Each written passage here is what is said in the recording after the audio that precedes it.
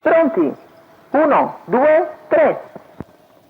Segnale che viene convalidato e velocissimi come da copione Boston Trio e Vamos OP che si mettono primo e secondo davanti a Princess Caviar. Più indietro è Libro Dipa. Primi 200 in 15,5 con Boston Trio,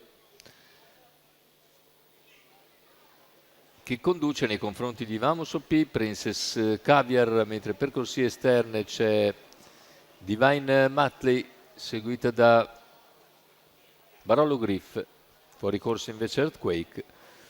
Primi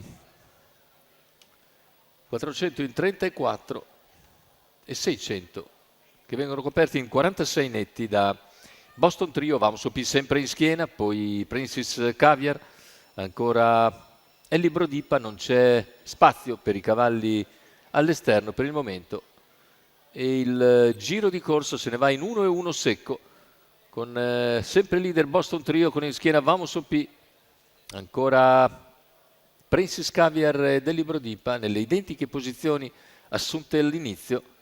Dopo la giravolta non riesce a progredire Divine Matter, chilometro in 1:16,8 con Boston Trio che conduce, Vamos OP in schiena, in terza posizione Princess Caviar, poi ancora il numero 8 di Barolo Griff che è seguito da Eva Light, mentre fuori corsa anche Divine Matley.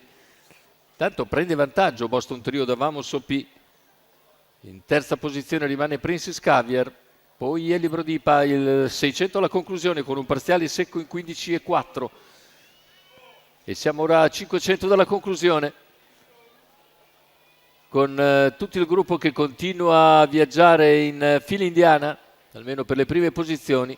Ora ha spostato però il Libro Dipa che viene infilato e c'è lo scatto di Vamos OP che si porta su un Boston Trio stanco, la terza ruota di Princess Caviar, completamento della curva finale con Vamos OP che si presenta in vantaggio, deve ora vedersela con Princess Caviar che scatta centropista.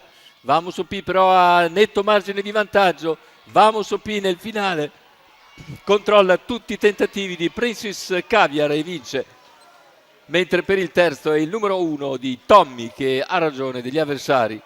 Il successo per Vamos OP con Carlotta D'Agostino, assegno dunque,